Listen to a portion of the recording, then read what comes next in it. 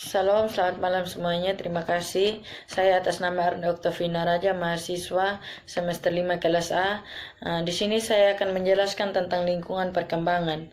Lingkungan perkembangan adalah berbagai peristiwa, situasi, atau kondisi di luar organisme yang diduga mempengaruhi dan dipengaruhi oleh perkembangan individu. Dalam hal ini lingkungan terdiri atas fisik dan sosial. Lingkungan juga kita simpulkan bahwa lingkungan merupakan keseluruhan aspek atau fenomena fisik dan sosial yang mempengaruhi organisme individu. Di sini saya akan menjelaskan atau membawakan materi pertama, lingkungan keluarga. Menurut Sudarjo Adiwikarta, berpendapat bahwa keluarga merupakan lingkungan terkecil yang bersifat universal, artinya terdapat pada setiap masyarakat. Dalam keluarga terdapat bentuk atau pola keluarga, yaitu yang pertama, keluarga batin atau keluarga inti, yaitu suami atau ayah, istri atau ibu, dan anak yang lahir dari sebuah pernikahan.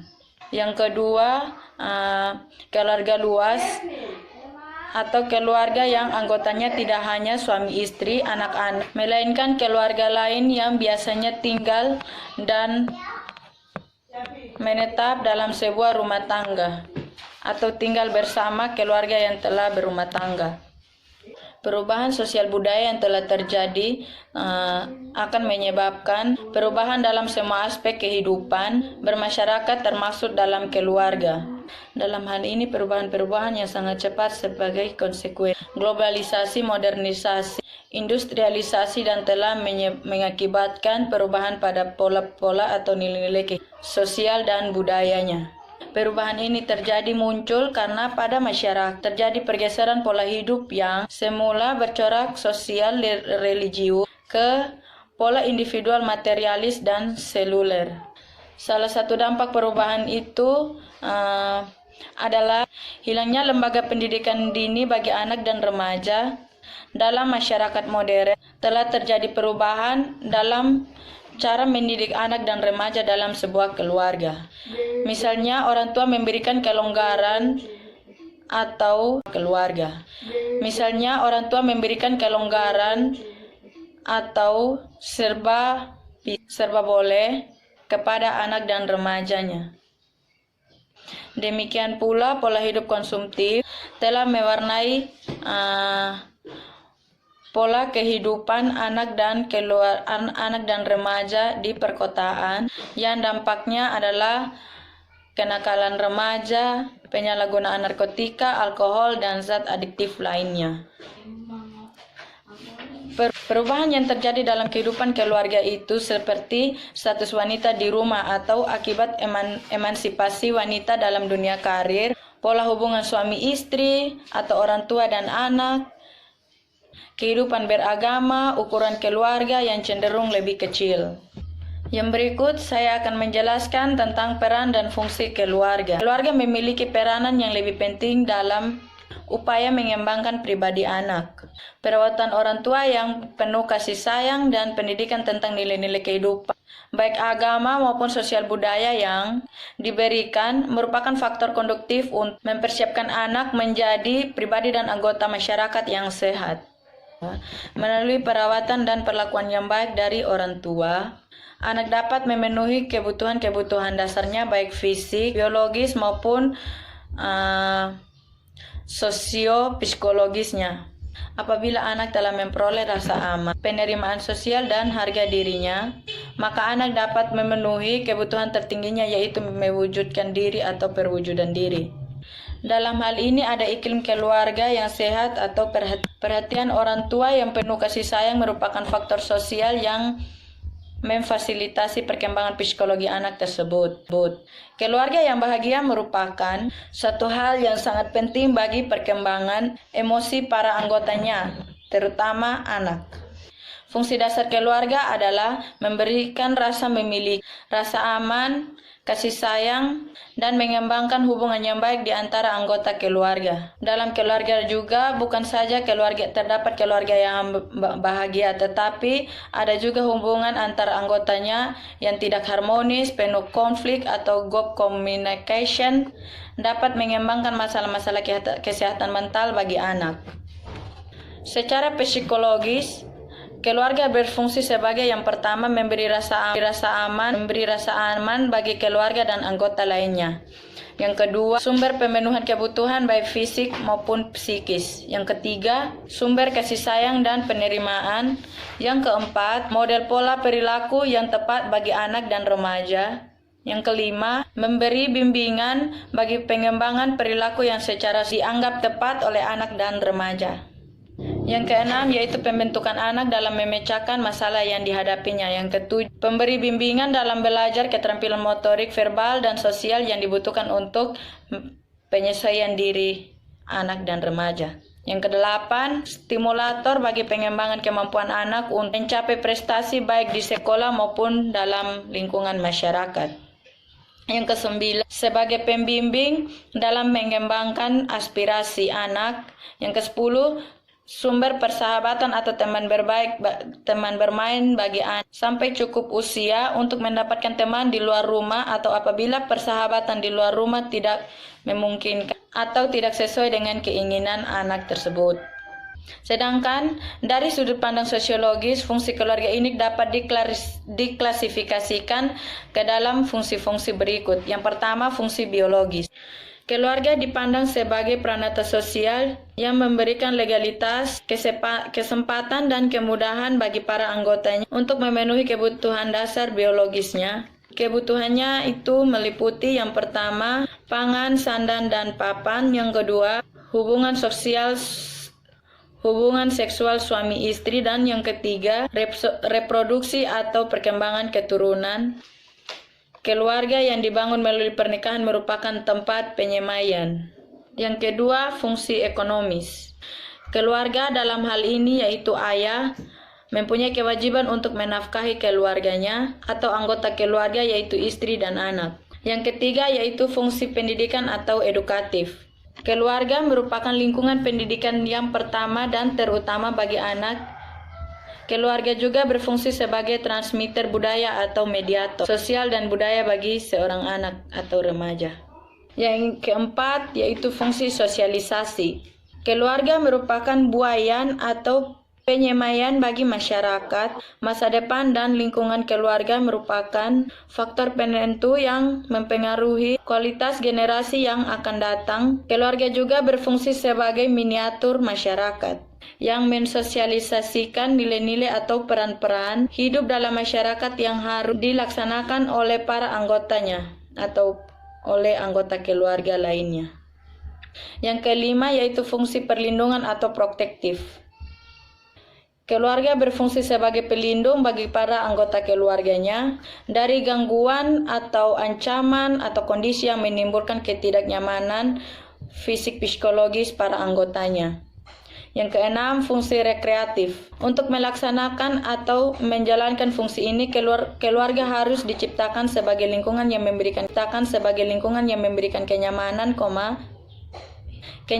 keceriaan, kehangatan, dan penuh semangat bagi anggota-anggota keluarganya, bagi anggota keluarga lainnya. Yang ketujuh yaitu fungsi agama atau religius. Keluarga berfungsi sebagai penanam nilai-nilai agama kepada anak agar mereka memiliki pedoman hidup yang benar. Saya akan menjelaskan faktor-faktor keluarga yang mempengaruhi perkembangan anak atau remaja. Yang pertama, keberfungsian keluarga. Kehidupan keluarga yang diwarnai oleh faktor internal atau fisik, psikis, dan moralitas anggota keluarga, dan faktor eksternal yaitu perubahan sosial dan budaya. Maka setiap anggota keluarga mempunyai perubahan yang beragam. Keluarga yang fungsional atau keluarga yang telah mampu melaksanakan fungsinya sebagaimana sudah dijelaskan. Karakteristik keluarga yaitu yang pertama, saling memperhatikan. Yang kedua, sopan santun dan jujur. Yang berikut, orang tua mau mendengarkan atau menerima perasaan anak. dan menghargai pendapatnya. Yang keempat, mampu menghadapi masalah hidup. Yang kelima, saling menyelesaikan diri dan mengakomodasi. Yang keenam, orang tua mengayomi atau melindungi anak. Yang ketujuh, komunikasi antar anggota keluarga berlangsung dengan baik. Yang kedelapan, keluarga memenuhi kebutuhan psikososial anak dan mewarisi nilai-nilai budaya. Untuk mengembangkan atau menanam kebiasaan tersebut, ada empat prinsip peranan keluarga, yaitu yang pertama modeling, yang artinya orang tua adalah contoh atau model bagi anak.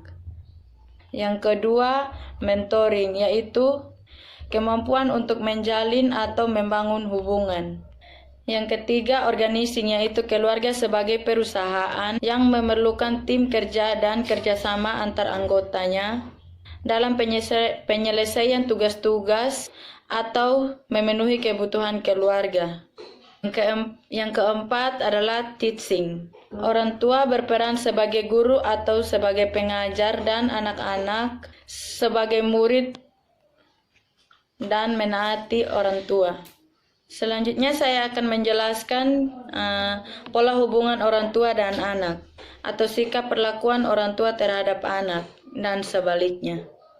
Dalam hal ini ada 5 prinsip perlakuan orang tua yang efektif. Yang pertama, menyusun atau membuat standar aturan perilaku yang tinggi namun dapat dipahami oleh anggota keluarga. Yang berikut, menaruh perhatian terhadap perilaku anak yang baik dan selalu memberikan ganjaran kepada anggota keluarga yang bersalah. Yang berikut, menjelaskan alat atau tujuannya ketika meminta anak untuk melakukan segala sesuatu yang diperintahkan. Yang berikut, mendorong anak untuk bersikap positif terhadap orang lain. Yang kelima, menegakkan aturan secara konsisten. Yang berikut saya akan menjelaskan tentang kelas sosial dan status ekonomi dalam keluarga. Pikunas mengemukakan pendapat bahwa kaitan antar kelas sosial dengan cara atau teknik orang tua dalam mengatur atau mengelola dalam memperlakukan anak, yaitu yang pertama, kelas bawah yaitu akan lebih keras dalam mendidik dan mengajarkan anak. Yang kedua, kelas menengah yaitu lebih cenderung memberikan pengawasan dan perhatian sebagai orang tua.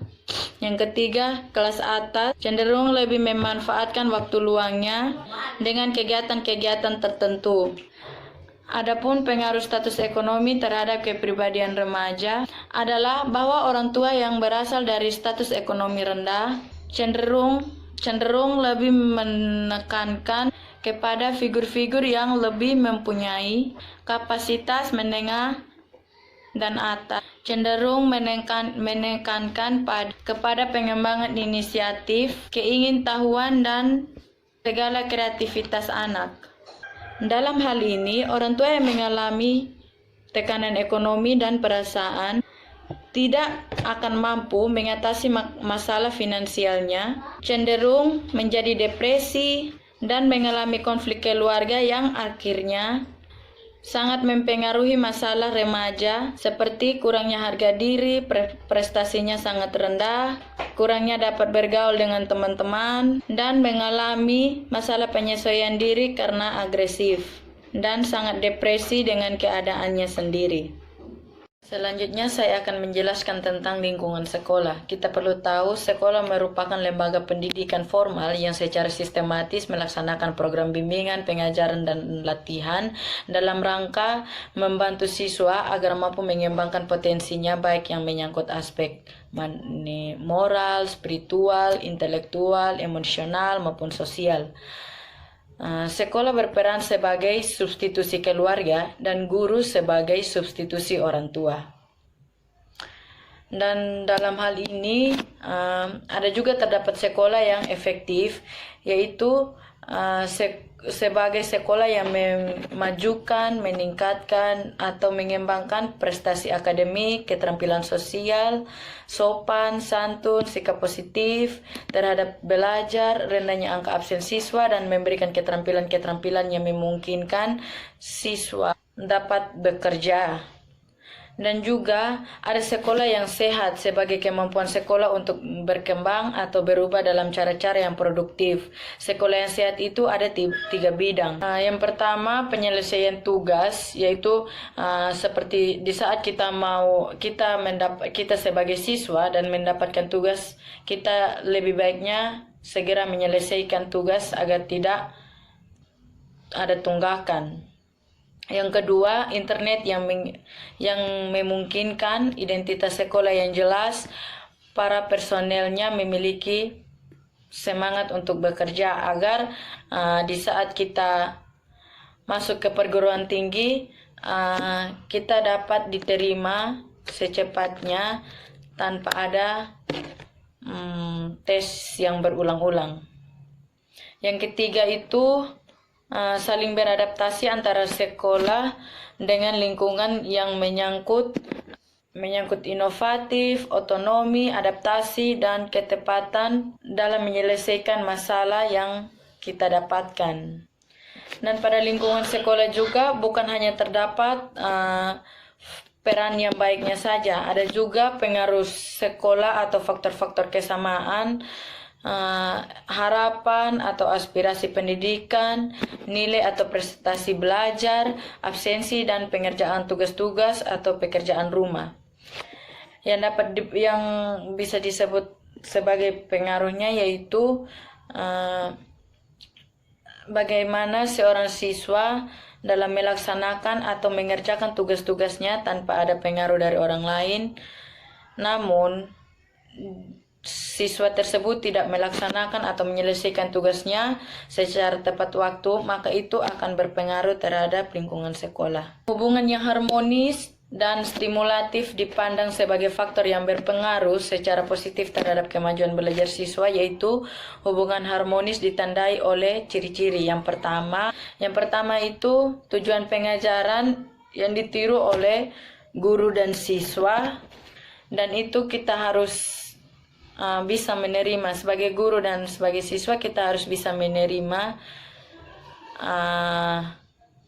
tujuan pengajaran yang diberikan oleh kurikulum maupun yang diberikan oleh kita kepada siswa. Yang kedua itu pengalaman belajar yang dirasakan oleh guru dan siswa itu harus sesuai atau tidak mengalami pengaruh atau halangan dalam proses belajar mengajar. Yang berikut, guru menampilkan sikap sebagai guru dalam cara-cara yang selaras dengan harapan siswa. Begitupun siswa menampilkan perasaannya atau menampilkan sikapnya sebagai siswa dalam cara-cara yang diharapkan guru, yaitu harus ada kegiatan timbal balik. Hubungan yang berikut yaitu hubungan yang stimulatif, ditandai oleh ciri-ciri. Yang pertama, menerima, mengklarifikasi, dan mendorong gagasan dan perasaan siswa. Yang kedua, kita sebagai guru harus memberikan pujian atau penghargaan dan mendorong keberanian siswa dalam menjawab maupun melaksanakan segala yang diperintahkan oleh kita. Yang berikut, kita harus memberikan pertanyaan untuk merangsang siswa untuk berpartisipasi dalam mengambil keputusan atau dalam hal menjawab pertanyaan yang diberikan oleh guru. Yang berikut, mengajukan pertanyaan untuk memberikan orientasi kepada siswa tentang tugas dan topik yang akan didiskusi. Dan perlu dijelaskan juga ada karakteristik guru, ada 4 klaster dimensi. Yang pertama, kreatif. Guru harus berimajinatif, senang bereksperimen, dan orisinal. Yang kedua, guru harus dinamis, Yang ketiga, verorganisasi. Yang keempat, bersifat hangat terhadap siswa, agar siswa dapat melaksanakan atau mengikuti mata pembelajaran yang kita berikan, materi yang kita berikan, agar mereka bisa memahami dengan baik. Baik, selanjutnya saya akan menjelaskan tentang lingkungan perkembangan atau kelompok teman sebaya. Nah, di mana kelompok teman sebaya ini sebagai lingkungan sosial bagi remaja atau siswa mempunyai peranan yang cukup penting bagi perkembangan kepribadian seseorang atau individu. Nah, dalam hal ini ada dua aspek. Aspek kepribadian remaja yang berkembang secara menonjol dan pengalamannya bergaul dengan teman sebaya. Aspek yang pertama yaitu social cognition, di mana kemampuan untuk memikirkan tentang pikiran, perasaan, motif, dan tingkah laku dirinya dan orang lain. Di sini kemampuannya untuk memahami orang lain memungkinkan remaja untuk lebih mampu menjalin hubungan sosial yang lebih baik dengan teman sebayanya. Nah, aspek yang berikut yaitu konformitas, di mana aspek ini mereka lebih dominan pada motif untuk menjadi sama, sesuai, seragam dengan nilai-nilai kebiasaan, kegemaran atau hobi atau budaya teman sebayanya. Dalam hal ini, teman sebaya lebih memberikan pengaruh dalam memilih. Yang pertama itu cara berpakaian, terus hobi, perkumpulan atau dalam klub, dan kegiatan sosial lainnya. Terdapat 4 aspek peranan penting kelompok teman sebaya bagi remaja yang memberikan kesempatan untuk belajar tentang, yang pertama itu bagaimana cara berinteraksi dengan orang lain, yang kedua mengontrol tingkah laku sosial, yang ketiga mampu mengembangkan keterampilan dan minat yang relevan dengan usianya, yang keempat itu saling bertukar perasaan dan masalah. Terdapat 2 atau 3 hal yang mempengaruhi. Yang pertama itu mendapat pengaruh dari teman sebaya yang membawa dampak negatif atau biasa disebut dengan sebutan anak nakal. Dan yang berikut yang mempengaruhi juga kesamaan dalam menggunakan obat-obat terlarang, merokok, dan minum minuman keras mempunyai pengaruh yang kuat dalam memilih teman, dalam seseorang untuk memilih teman sebayanya. Demikian penyampaian materi yang bisa saya sampaikan. Mohon maaf atas kesalahan yang terdapat dalam materi yang disampaikan.